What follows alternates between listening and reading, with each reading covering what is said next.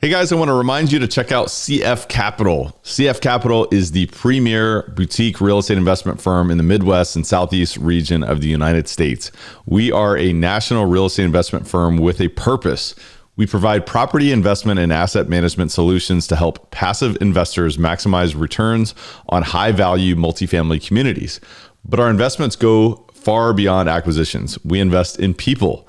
We are in the business of elevating communities and raising the bar for everyone within our ecosystem. CF Capital is a real estate investment firm focused on the acquisition and operation of multifamily assets. We confidently deliver tax advantage, stable cash flow, and capital appreciation with a margin of safety. By investing alongside our team, investors can preserve and grow their wealth without having to deal with tenants, termites, or toilets. Investors come and stay for the outsized returns we create in our deals while appreciating the ancillary opportunity to make a bigger impact that only CF Capital can provide. If you're an investor and want to invest with us, here's how. Learn more about CF Capital at cfcapllc.com or by simply clicking the link in the show notes of this episode. We will see you on the inside of this powerful community, so let's elevate communities together. What I thought even 2-3 years ago, that journey ended up being a little bit different, right? So when I decided in 2019 that, okay, yes, I was going to do multifamily, back then I thought, well, maybe if I could purchase a 8-unit building or a 15-unit building, have some cash flow, that would allow me to cut back to part-time. And that was the plan. That really was the plan. But it never actually happened. The first deal I participated in was in 400 doors. And so, sometimes what you think you're going after turns out to be a little bit different, and it's okay. Welcome to Elevate, the masterclass where we dissect the elements of exceptional achievement and lifestyle design with a focus on personal growth and real estate investing. Now, here's your host, Tyler Chesser. Elevate Nation, welcome back. This is Tyler Chesser. I'm so thankful to have you here, and I'm blessed and grateful to be sitting with Dr. Mikki Lake today, the founder and managing partner of TitanCor Capital, and an unbelievable individual who has totally transformed her life, who is now practicing medicine on her own terms as a cardiologist, as a real estate investor, as a real estate professional, who is building tremendous relationships across the country and building a tremendous real estate empire herself. And you're going to learn so much today about her upbringing. You're going to learn about how she made tremendous transformation in her life and how you can make transformation in your life as well. How you can leverage discomfort, discontent, and also uncertainty, how you can lean forward into uncertainty and grow and become stronger as a result. You're going to love this conversation today.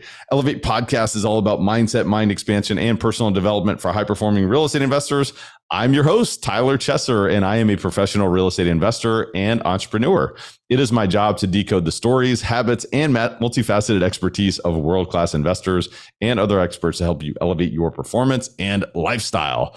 Are you ready to take it to another level? Good, because it is time. Let's raise the bar today. I want to invite you to pay the fee. The fee is to pay it forward. Share this episode with one person. That's all you have to do. Grab the link and share it now. I just want to thank you for doing that. If you are the result of someone else sharing you, welcome to Elevate Podcast. We're so thankful to have the opportunity to pour into your cup. And I'm so excited that you are investing in yourself today. If you've been here before, welcome back. Super excited to add massive value to you today. Guarantee you are going to receive tremendous value from this conversation. There's a lot of deep truth and wisdom in not only for real estate investors, but for people who want to live a greater life, who want to elevate their performance, who want to elevate their lifestyle. So I want to invite you to buckle up. And also want to invite you to give us a rating, review, subscribe, or follow Elevate Podcast on wherever it is that you listen or watch podcasts. All of that, first of all, is helpful for us. And so you're doing us a great service by giving us a rating and review, following this podcast. But you're also going to be notified of future opportunities to invest in yourself. And by the way, this is 100% free. We're giving this to you for free out of the goodness of our heart and out of the abundance of our mindset. And so I'm super excited to dive in and introduce you to Mikki Lake, who is an integrative cardiologist who attended medical school at Emory University School of Medicine, residency at Johns Hopkins Hospital, and fellowship training at the University of Miami. Mikki has excelled in leadership roles, including a previous role as a medical doctor of non-invasive cardiology for a multi-system hospital and director of a women's heart program. Her rigorous medical training and track record reveals her grit, commitment to hard work, and pursuit of mastery. She enjoys traveling, cooking, spending time with her family, and real estate. By the way, she just got back from South Africa and she took her family there. And, you know, she's such an individual who has no limits to the way that she thinks and the way that she lives her lifestyle. You're going to learn so much about, you know, her, and you're going to learn so much from her. Her first job during college was working for a realtor investor, and this opened her eyes to many possibilities. Her journey continued with the purchase of a single family rental back in 2015. And along the way, she has done flips and participated in syndications as a limited partner prior to becoming a general partner. She's the founder and one of the managing partners of TitanCor Capital, which is now in its third year of business and has participated in the acquisition of over $165 million in assets to date. And you can learn more about them at TitanCorCapital.com. Without further ado, please enjoy this outstanding, inspiring conversation with Dr. Mikki Lake. Dr. Mikki Lake, welcome to Elevate. How are you doing?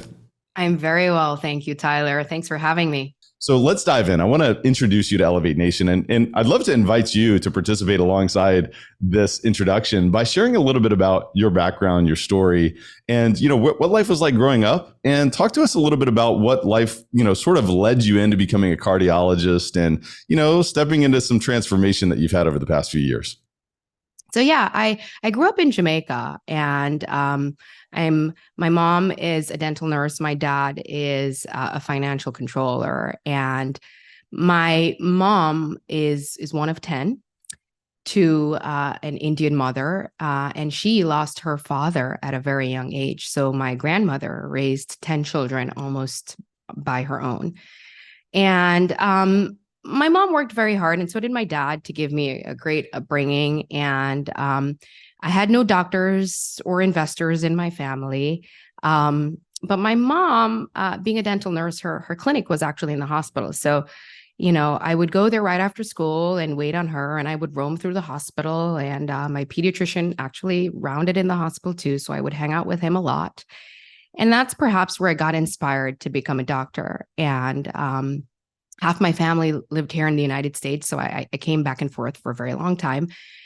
And I completed college here and went to med school here, and was audacious enough to think that I could do it here despite the odds. The odds of coming from a family that had been disadvantaged, and just realizing, thinking about it makes me appreciate so much about my background. I didn't realize until adulthood that my grandmother couldn't read.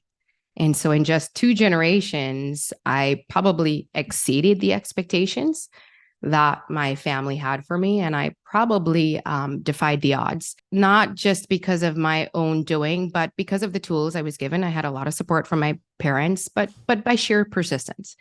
So I went to some of the nation's top institutions, studied very hard, did my residency at Johns Hopkins and my fellowship training in cardiology at the University of Miami.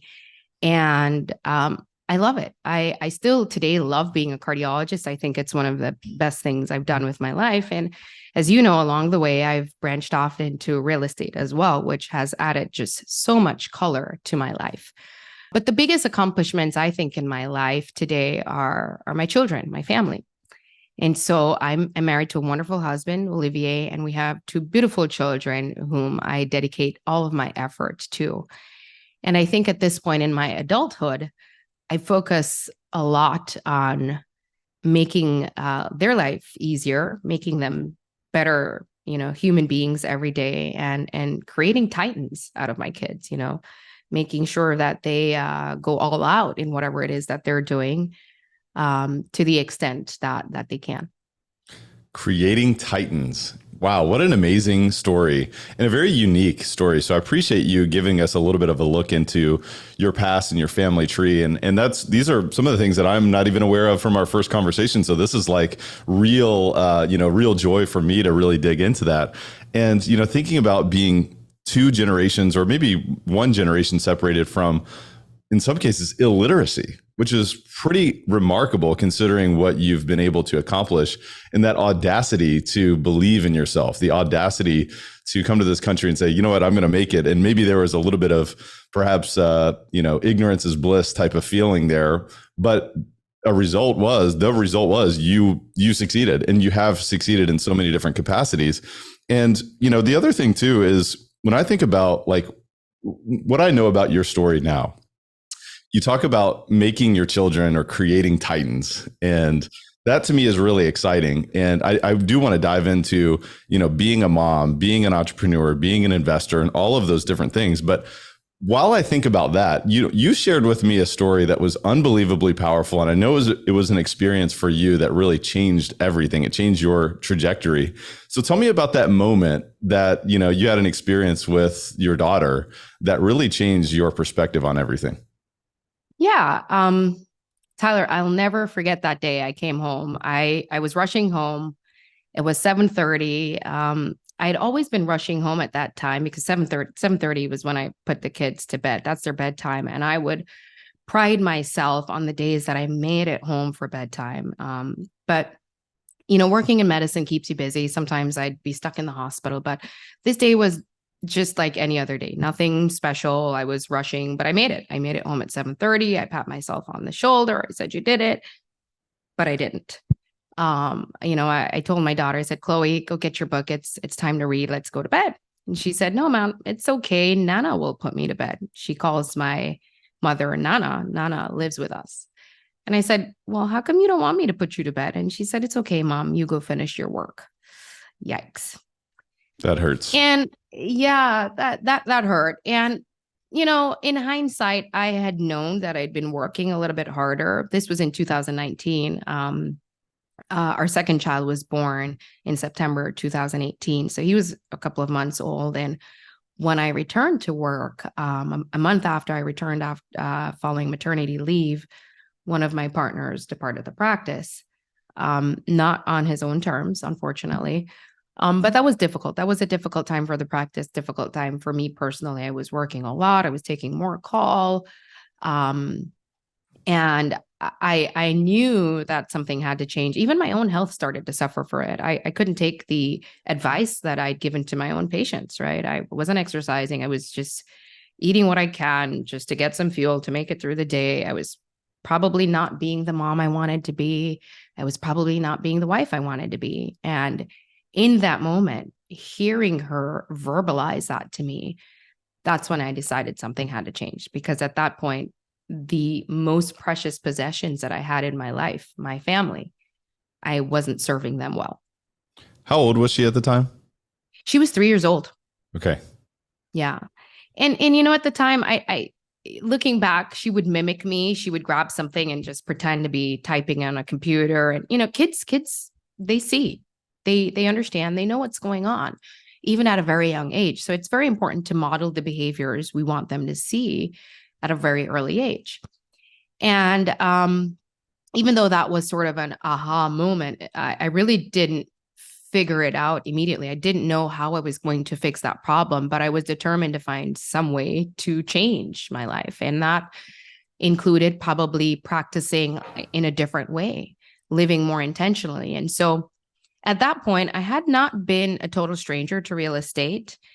And truthfully, I think the universe brings you lots of things and not by accident.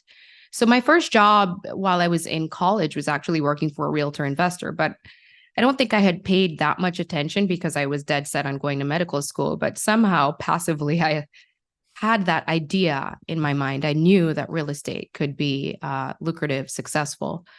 And around 2015, 16, we had purchased a single family home. and rented it out. And so not total stranger, but around that time, I started to think of ways to maybe supplement our income so I could cut back in medicine and not have to work so hard.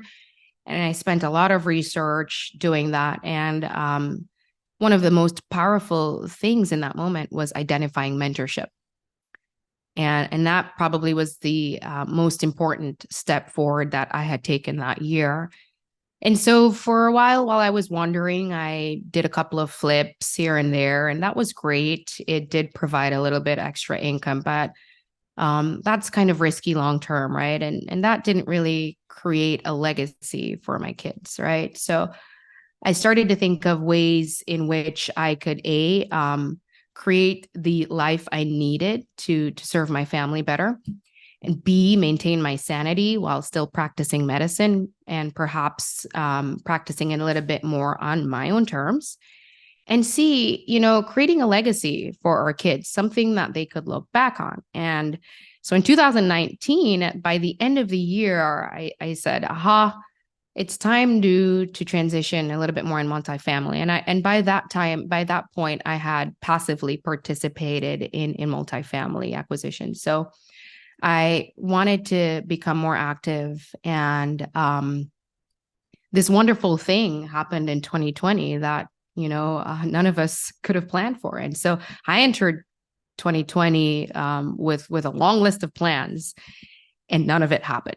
I think we all know that experience. Yeah. So COVID hit, and then the truth is, they say you either win or you learn, right? So I wasn't winning in 2020 for sure, but I was learning a lot. And that was another inflection point, because I realized there was a good month or so where the hospital was relatively inactive. A lot of elective procedures were canceled. Patients were not able to see us in the office. Revenues fell sharply for hospitals, and I took a pay cut just like many other physicians. And two things I learned from that moment. One, that pay cut was painful, and I think a lot of people were very angry. And naturally, that's the first emotion one experiences. How dare they do that? We're the only people who are leaving our houses right now. We're still taking care of sick people. And then even when the hospitals reopen, it's, the floodgates open. We worked very hard and sacrificed even our own health to do so. But that discomfort is something I channeled into driving myself even harder to figure this out. I think, in hindsight, looking back, comfort sort of is the enemy of determination. It robs the soul of its determination, right? So a little bit of discomfort sometimes is what gives us the push to move in a different direction. And so I'm very grateful for that moment. Looking back right now, not many folks can be grateful for a pay cut, but that moment also helped me to determine that I needed to make some change, because nothing's constant in life. A pay cut can happen at any time, But the other thing I realized is that without being present, I could not earn a paycheck. And so if something happened to me, and that was a real big fear at that time, there, as we may not recall, but lots of folks died, and some of them were physicians. And I thought to myself, if there was something that impeded my ability to work, whether it's COVID or disability or death itself, I was not going to be able to provide for my family beyond that point. And so real estate was one way that would allow me to generate some income and leave a legacy for my kids. Mikki, there's so much phenomenal mindset wisdom that you just shared with us. And I just wanted to highlight something, because I wrote down, actually, as you were sharing the story, and multiple aspects of the story where you are experiencing tremendous discomfort and discontent. And there's a quote that I love, and I think it's by Thomas Edison. He says, "All progress requires discontent." All progress requires discontent. So anybody who's listening to this podcast, who's going through something, you can be grateful for that, because now you can listen to that. You can channel that energy, as you mentioned, channeling discomfort, needing to make a change. And, the first experience with your daughter, I can only imagine how painful that was. Now, being a dad myself, if my children did something like that, it's like, okay, I can either ignore that and live this life of, lack of alignment, and I can do these things and I can not listen to this deep truth, or I can make a change. And the other experience, of course, during COVID, being a physician, getting a big pay cut, having to be a part of this tremendously challenging time on the front lines, so there was a few discontent, experiences, in a huge way that you channeled. And so talk to me about that. I mean, what did that look like in terms of channeling that discomfort at that time? Yeah. So at first I got really mad because I had an entire calendar. I planned the entire year out. I knew exactly what conferences I was going to go to, and I went to 0. I probably didn't tour 5 properties that year. And those of us in real estate know that this is a team sport. You're not going to be that successful just sitting on your couch. You got to get out there. You got to meet people. And this was the one time in our life when we really couldn't do that very well. So, one of the things that really helped me stay afloat and helped me persist was continuing to learn. So again, you either win or you learn. There's no loss here. And so I committed to reading a lot of books. I used that time to learn a lot more. And interestingly, during that year, I had read more non-medical books in just one quarter, the first quarter of the year, than I had in the prior 7 years. Wow. Sometimes being in medicine requires you to be very focused on just medicine for a while, especially during training. And so I learned a lot about real estate, but, I've read a lot of self-help books too, a lot of mindset books. And so that I think was the greatest thing for me during 2020. And it allowed me to pull back a little bit so that I could sprint a little bit faster in the following year. So, for runners, right, you when you pull back, you got to slow down to really generate that power before you take that sprint. And so that pulling back, that slowing down and sharpening the axe during that year helped me to have a more successful 2021. But also during that year, I did a lot of coaching, and that was also very important to me. It helped me at that time to lean in to being uncomfortable, to get used to being uncomfortable and recognize that good things are happening. You're callousing your mind, you're callousing your spirit, you're growing. You don't grow unless you're uncomfortable.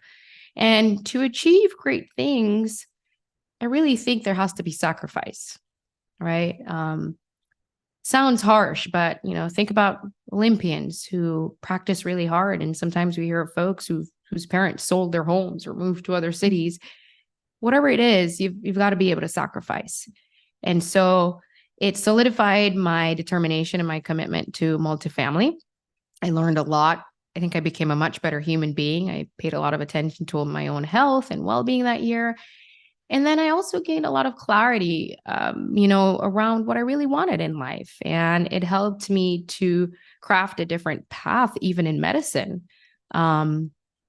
I moved away from that job that I had over the next 24 months and moved to a location that brought me much closer to my family. So I was prioritizing my family and my family's well-being. So my kids grew up with their cousins, and I took a pay cut doing so, but it was okay. My choice was in alignment with what I needed, what I really wanted. So a lot of good things came out of that year.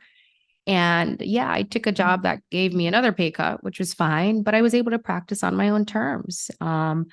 I didn't need to overbook patients. I was able to spend the time that I wanted to spend with them. I became the director of a women's heart program and served women in a different way than I previously had. So I think sometimes adversity is there for a reason. Frequently it is. And leaning into it really does build us and calluses the mind and creates better emotional intelligence. Elevate Nation, you can't manage what you don't measure. So when it comes to marketing and sales, how can you be sure your decisions are the right ones? I've got the answer for you. Sharp Wilkinson. Sharp Wilkinson is a unique agency that specializes in developing data-driven marketing and sales strategies for clients. I've been working with Sharp Wilkinson for a while now, and I can personally attest to the way that they immerse themselves in my organization and maintain a hyper-responsive orientation. Best of all, they use data to inform their strategies and drive real, tangible growth. And every company needs continuing growth, right? If you think your organization could benefit from data-driven marketing and sales, growth starts at Sharp Wilkinson. Visit sharpwilkinson.com to take the first step on your journey. Tell them Tyler sent you. What a concept of knowing and having clarity about what you really want, because so many of us in modern day society never once think about what do we really want. We just think about what does society expect of us, or what does society deem as successful. I think about, in many aspects, most people would consider, if you're a cardiologist and you've, gone through the programs that you've gone through and you've accomplished what you've accomplished, that is successful. But you experience certain things in your life that perhaps put you out of alignment with what you really wanted, or the clarity that you needed to live the life that you wanted to live. So I'm curious, what else did you find out about the clarity about what you really wanted? And what did that process actually look like to get that clarity? Oh, it was tough. Make no mistake. When I left that position, I had a lot of success, and you could define success in many different ways. But as a young cardiologist at that time, I acquired lots of leadership skills. I was the leader for my practice. I was the director of non-invasive cardiology for a 4-hospital, now 5-hospital system. So I had a lot of responsibility at the time. And so it was very difficult. It was a big mental fight. My left brain was fighting with my right brain every single day. Like, do you really want to step away from this job? And so I found myself writing things down, prioritizing things. What is it that we really want? And if we stick to what we really want, then that decision becomes so much easier. We wanted to be closer to family. We wanted to give our kids greater opportunities with more extracurricular activities. We wanted to create a life where we were more present for our children. And once I did that, once I put it on paper, once I thought a little bit more about it, that decision became a lot easier. It was very clear that I needed to take that step. It does take some time being comfortable with walking away from what you know and venturing out into the unknown. And that's okay. But I do think, in hindsight, looking back, I think the one thing I wished I had done a little bit more of is just spend time to enjoy the journey. Sometimes we're so focused on getting there that we forget to savor the moments and enjoy the journey. And so I'm doing a little bit better job of that right now. But that's definitely one lesson I learned during that time. I love that. And when you think about that, when you get clarity on where you want to go, now you can have the clarity to reverse engineer that to say, well, what strategies do I need to utilize to get there? And it sounds like, in many aspects, there was a big reinvention, not only of your location, of your primary income stream, but then, some other strategies. And you talked about real estate and, venturing into doing some flips and then realizing that perhaps you wanted to lean more into the multifamily real estate investment path. So talk to me about the reverse engineering that you went through after gaining the clarity on what you really wanted personally, professionally, and so forth.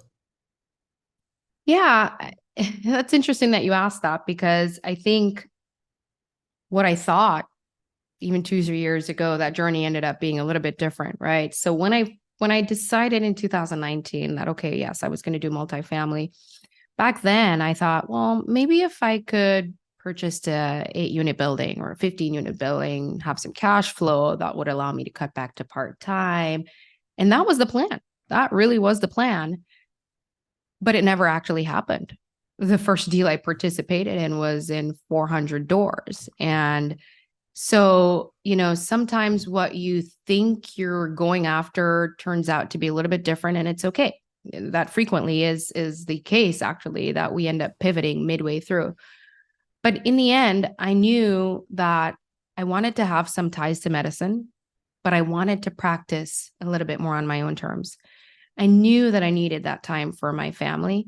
I knew that I also needed to create a little bit more time in my life to devote to real estate. And so part of that process was identifying a job that would allow me a certain amount of flexibility to do that. And part of that process was also like literally calculating how much money do we need to survive, and that's a tough decision to have with your spouse. Because when my husband married me, he was like, great, she's a cardiologist. Life's simple. We're not thinking about survival here. Yeah. He's like, you want to do what? And I'm super grateful. I have a wonderful, very supportive husband who has allowed me to grow quite a bit. But there's a lot of uncertainty that sometimes comes up in the middle that one has to embrace. But you want to make moves that are calculated so that you minimize your risk, because at the end of the day, you still have to keep a roof over your family's head. If you've got kids, they still have to go to school, all of that. But part of that planning involved finding the appropriate mentorship, going to conferences, meeting a lot of people, and reading. But the biggest thing is meeting people. When I go to a conference or read a book, I have a clear idea of what I expect to gain from that. But the thing that surprised me the most, that I've probably enjoyed the most too about real estate, is meeting people of just varied backgrounds, hearing their stories, sharing, some of those stories, and just growing and learning from other people. That really feeds my soul. I totally agree. I mean, I think the centerpiece to success in real estate is relationships, and it's long-term transformational relationships. It's not transactional.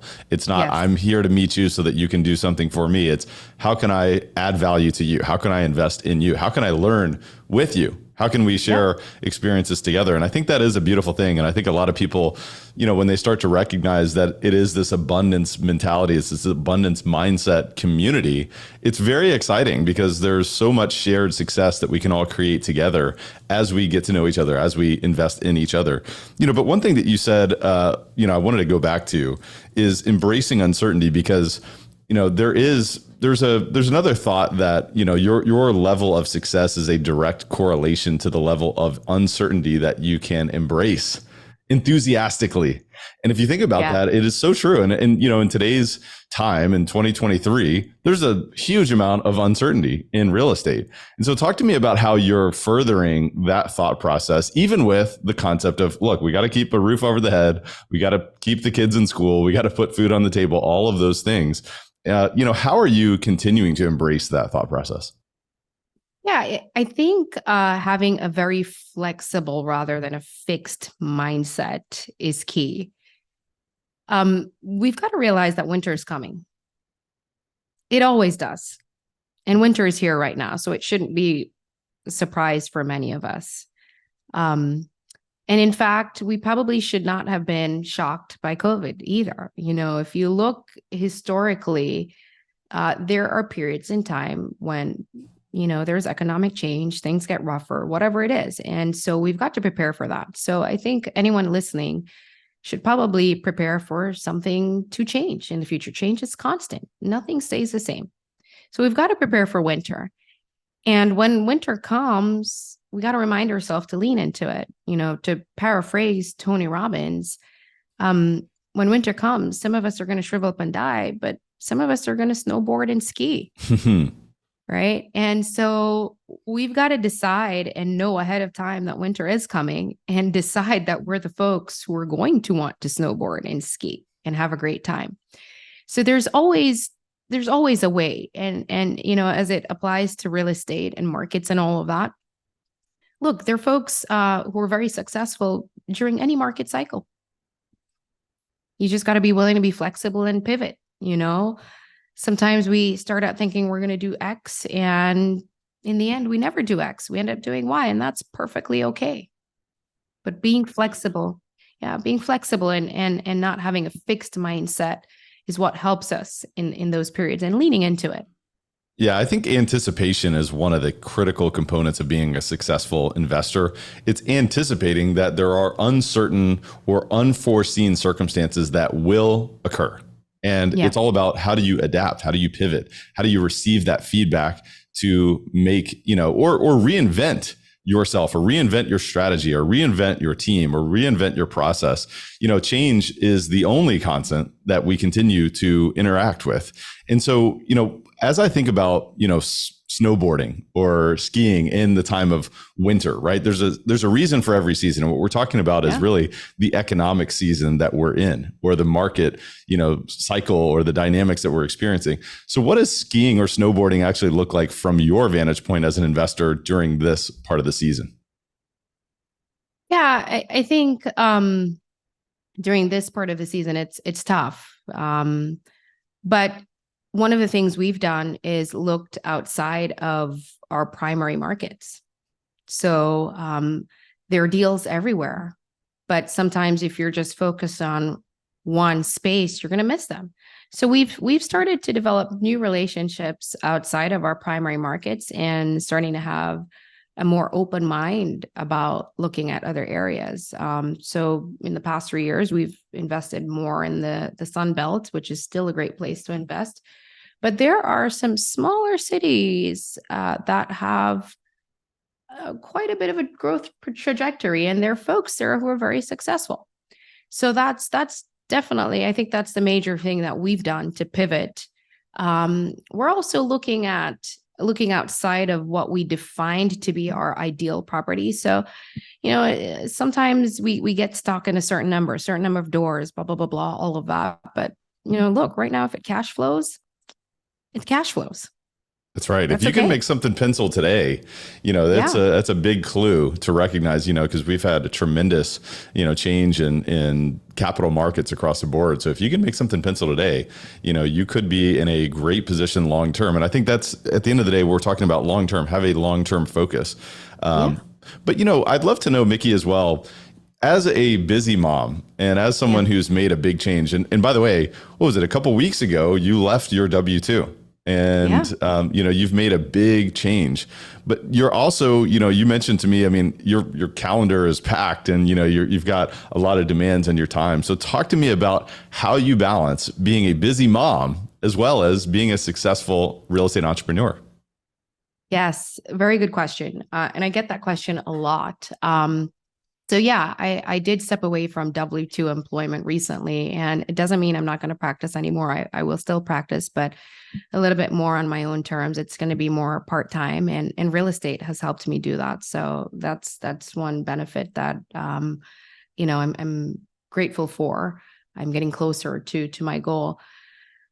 But I think the things that help me to manage my time well and to do all of that, in broad strokes, just being very intentional, about how I live. I'm very intentional about what I eat. I eat a diet that more closely resembles a plant-based diet. I try to skip the sugar and the processed, and stick to a lot of vegetables, because I know that when I eat a certain type of meal, the afternoon is going to be rough, and I'm not going to be productive, and I don't have time for that in my day. I also exercise. I exercise 7 days a week. I may not go hard every single day. Some days it's just 20 minutes of yoga or a walk, but I'm intentional about doing that, because that keeps your mind fresh and focused, and it's a great way to relieve stress. So I'm very intentional. And the other thing that I really, really love is my productivity planner, which is sitting right in front of me right now. I take it everywhere with me. So I'm intentional about what I'm going to accomplish, because my day is so jam-packed. It's really easy to get through the day and not accomplish half of what you hoped to. So usually at the beginning of the week, I take out my productivity planner, and on a Sunday night, I'll sit down and I'll write down every single thing that I want to accomplish that week. I frame it in broad strokes. What's the major thing that I really want to get done this week? What would I be happy about accomplishing at the end of the week? And I write down everything, and I prioritize that. And then on Sunday night, I will write down for Monday what I want to accomplish in order of priority. And I do that every night for the next day. And by the end of the week, the hope is that I get through everything. I don't always get through everything, but also planning on Sunday helps me look back in the week and say, oh, was this a good week or a bad week? What else do I need to accomplish there? But doing things in this manner helps us to recognize what's most important. I think it's human tendency to do what's easiest first because it helps us check the box off our list. It's psychological. But tackling the hardest task first at the beginning of the day sets us up for better success. So I'm up at 5 o'clock in the morning. And that's when the day is quietest for me. The kids are still sleeping. My husband hasn't turned on the news yet, all of that. My mind is fresh. And at that time of the morning, I get a lot done because I don't have to deal with the distractions of the world. And I get my hardest task out of the way first. And everything else in the day, if it's 5 p.m. and I've still got things left on the list, I've left the things that I can take care of when the kids are running around screaming or interrupting me 10 times, or the things that I can do. And my husband still has the news on. God bless him. I love him, but he always has the news on. I don't like watching the news. But structuring my day intentionally helps me to get really a lot done, because if I don't do that, and on the days when I have not done that, I do realize that the day runs away even faster. The day is done and I'm like, oh my God, I haven't accomplished half of this.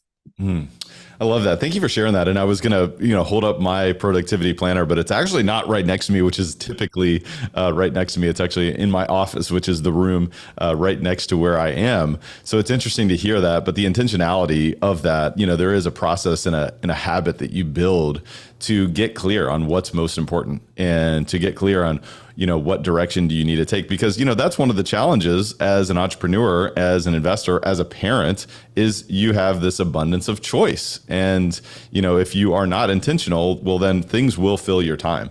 So it is about getting on offense. But, I'm glad that you shared a lot of that about really the health optimization and the lifestyle that you live there. Because I asked you, how do you balance being a busy mom and, being an investor, being an entrepreneur, still being a cardiologist? And it's interesting that it came down to things that you're doing to invest in yourself. So I'd love to, if you could just, briefly summarize, why is it so important to you that you engage in that type of lifestyle? And do you have any tips, maybe one or two, of your top tips for folks who are wanting to take that next level in their own health, their own fitness, their own just energy, their feelings of vibration? Yeah. Again, to summarize that, exercise and diet are crucial. Without a proper diet, without a good exercise routine, many of us feel tired, we drag. What I can accomplish in 4 hours in the morning would normally take me 6 to 8 hours to accomplish if I were not eating a healthy diet and exercising. And that's because you just have better mental clarity and more energy. I walk around with a ton of energy and I just get it done. You feel like you can conquer anything when you've gotten off the treadmill. You break a good sweat. You're like, yes, I got this. And so that's definitely a top in my routine, diet and exercise. I do it every day. Some very specific things that I would share with our listeners that I also recommend for my patients. And we also recommend for our investors, because we're big on mindset training for investors too. Simple things that get overlooked. Sleep. It's very important to get 7 to 9 hours of sleep every night. And I say that knowing that this past week has been so rough for me that I'm really, barely getting 6 hours sleep per night, but that's not my routine. But it's super important to get 6 to 9 hours of sleep. We have to rejuvenate. If we don't rejuvenate, eventually we burn out. And the other thing that, from a health perspective too, that we know is if you're not sleeping well, if you don't sleep, that actually stimulates your appetite. The next day, you eat a lot. What happens when you eat a lot? You feel like crap. You don't get stuff done. So it's really very important to rejuvenate. You have better clarity of thoughts. You get rid of the fogginess and hydration. I drink a lot of water throughout the day because there are days that are tougher than other days. And it's just the way it is. Maybe I didn't get a full, 7 or 8 hours of sleep last night, but staying hydrated really helps me at least get through the day. So those are simple tools that I think we could pay attention to that helps to feed our mind and helps to keep us sharp. Beautiful tips. Thank you so much for that, Mikki. This is, I really, really am having a blast in this conversation. So I just want to thank you so much. And I do want to transition us to the rapid fire section of the podcast. It's called the Rare Air Questionnaire. And in many respects, what you've embraced here and the life that you're living is uncommon. And, if you want to be in that rare air, if you want to continue to press forward and live this life that many others couldn't even dream of, you've got to continue to embrace that discomfort. You've got to continue to question your conventional wisdom. And I love what you've done. So, and you've really exhibited for us today. So I'd love to ask you a few questions before I let you go. If you had to point to 2 or 3 of the most impactful books that you've read over the past few years, I'd love to know what those are and why. And I mean, you mentioned, the amount of reading that you did early in 2020 and moving forward, but are there any, books that really stand out to you? Yeah, I think one of my favorite books of all time is Outliers by Malcolm Gladwell. I love that book. Read that. It's now been several years. I actually read that during medical school, but for anyone who's read this, you probably remember that in this book, Malcolm eloquently, brings attention to the things that make people successful. And in doing so, he dispels many of our myths. So it's easy for us to think that successful people around us must have had a rich dad or rich mom, or, they're born genius or something like that. Whereas the opposite is actually true. It's people who are persistent. Yes, there may be some things about our upbringing that may have influenced our success, but a lot of it is sheer determination. And so, when you look at people like Bill Gates or Tony Robbins or Grant Cardone or Nelson Mandela, these aren't necessarily people who came from the lap of luxury, but they have led very, very successful lives. So it's a good reminder that you don't need much to get started. Just sheer determination and persistence will help propel you forward. So that's really one of my favorite books. But there's this other one that I read recently, this year, actually. It's called Think Like a Monk by Jay Shetty. I really, really love that book. Jay leans into creating peace in our lives. And he also talks about living an intentional life. But, we tend to focus more on faster pace, getting done. And I think in this book, Jay reminds us to slow down, the power of slowing down, meditating, which is something I have never really been good at, because sometimes I close my eyes and I fall asleep, or I close my eyes and I'm thinking about the 10 million things on my list. But these are things that are really important for us to do in our daily lives. We have to rejuvenate. We have to slow down. We have to practice gratitude. There's so much science behind that. And he also talks about just being an all-around better human every day. And one of my favorite parts of that book is when he talks about, and I'm paraphrasing here, but he talks about planting trees under whose shade you do not plan to sit. It's a very powerful statement that just simply reminds us to live a life of service, to give more. And I feel like when our intention is built on service, is creating good in this world for other people, the universe gives us what we need. My goodness, what a powerful share. And I was excited to ask you that question because I know how committed you are to constant and never ending improvement, but you really exhibited it, in sharing, a couple of these books that have really made a difference in the way that you think and, helping you gain context in terms of how you're not only continuing to invest in yourself, but make a difference for other people. So thank you for that. That was beautiful. And I'd love to ask you as well. I mean, you've already shared, many different concepts and many different behaviors and commitments that you engage in on a consistent basis to elevate yourself. But aside from what we've already talked about today, I'd love to push you even further. What's the biggest way that you elevate your life on a daily basis? If you had to go further from, nutrition and exercise and sleep and hydration, is there anything else that you would say? Human connection. I think that is super powerful. We don't realize how much that feeds our soul. That's, innately something we all desire as humans is connectivity and learning from others. And so that helps elevate me every single day.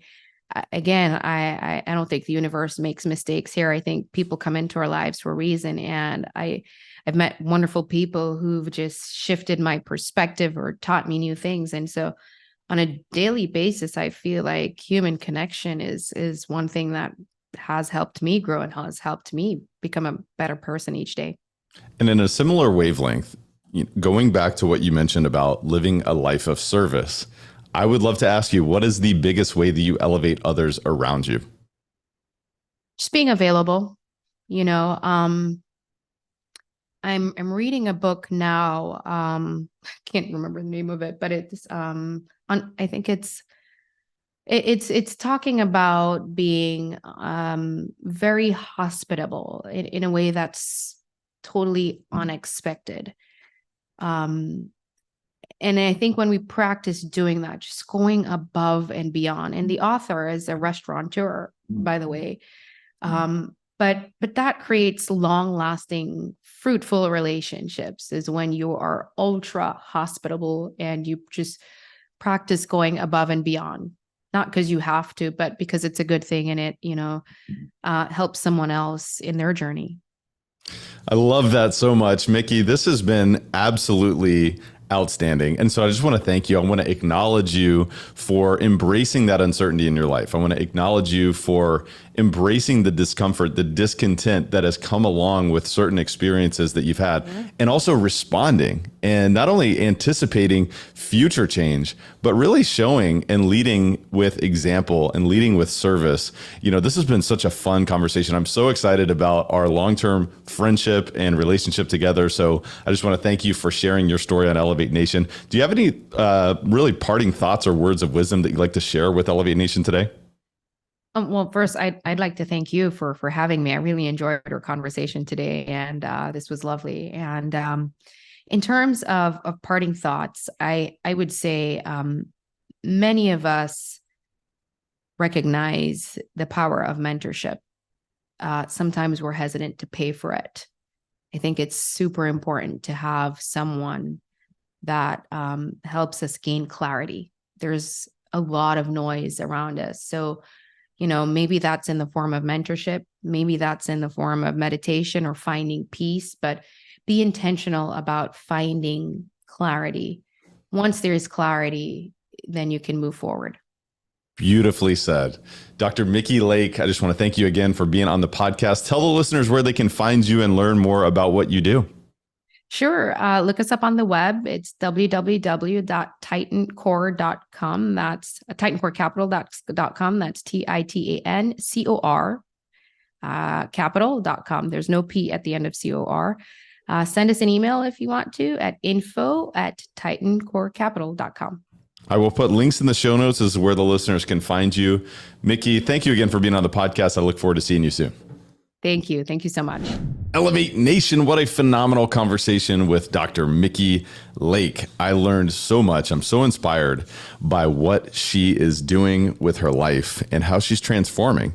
And I think that as you look back and you recognize that she went through some really tough times. I mean, that experience with her daughter, I can only imagine how that made her feel. And what it did was it propelled her to make a shift. It propelled her towards asking bigger questions to say, well, if that's what my daughter thinks about me, what else, what could be the opposite of that? Instead of just saying, I accept these circumstances, or I accept the fact that I do not practice medicine on my own terms. Instead of just saying, okay, that is how life must be, I demand more of myself, and I demand that my life makes a shift so that I can live in alignment with the clarity of doing and living the life that I really, really want. And so I just want to ask you, what is the life that you really want? What is it that is most important to you? Do you have that today? If you don't, let's consider making a change. Let's consider getting super clear on the ideal lifestyle of your future, reverse engineering that. Does real estate play a part in that? For the most part, in many circumstances, it does.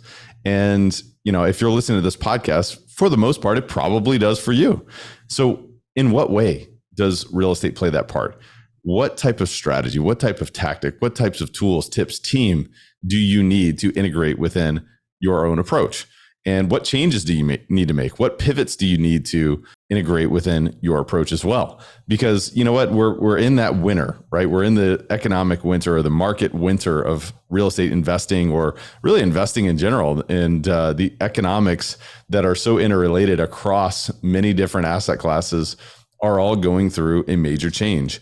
So what type of pivot do you need to integrate? So, there's just so much that we can learn from this discussion and from the story that Dr. Mikki Lake has shared with us today. So I just want to encourage you to re-listen to this podcast, because repetition is the mother of all skill. If you listen twice, you're going to learn twice as much. I do want to also invite you to identify your top 1, 2, or 3 takeaways. And, there is something to be said about the neuroscience of recalling what you learned. Because sometimes when you're passive listening and it's like, all right, I'm going to go to the next podcast and, I'm going to keep doing what I'm doing. Sometimes we do not integrate that learning or those shifts or those breakthroughs or those ahas into making a shift ourselves. Instead, it just seeps into the deep, dark corners of our mind, and it doesn't really change anything about how we're moving forward. So I want to encourage you to identify those top 1, 2, or 3 takeaways that you had from this episode today, and make a commitment to taking massive action on implementing those changes within your own behavior, within your own actions, and within your own strategy. Ultimately, that's where it comes down to. At the end of the day, knowledge is not power. The most important power that you received today was the opportunity to take action on that knowledge. So I just want to thank you so much for listening to today's podcast, Elevate Nation. Until next time, I will see you next time. Thank you for listening to Elevate. If you enjoyed this episode, be sure to rate, review, subscribe, and pay it forward by sharing with a friend. Most importantly, take this opportunity to elevate your results by taking immediate action on what you learned. For more, visit elevatepod.com.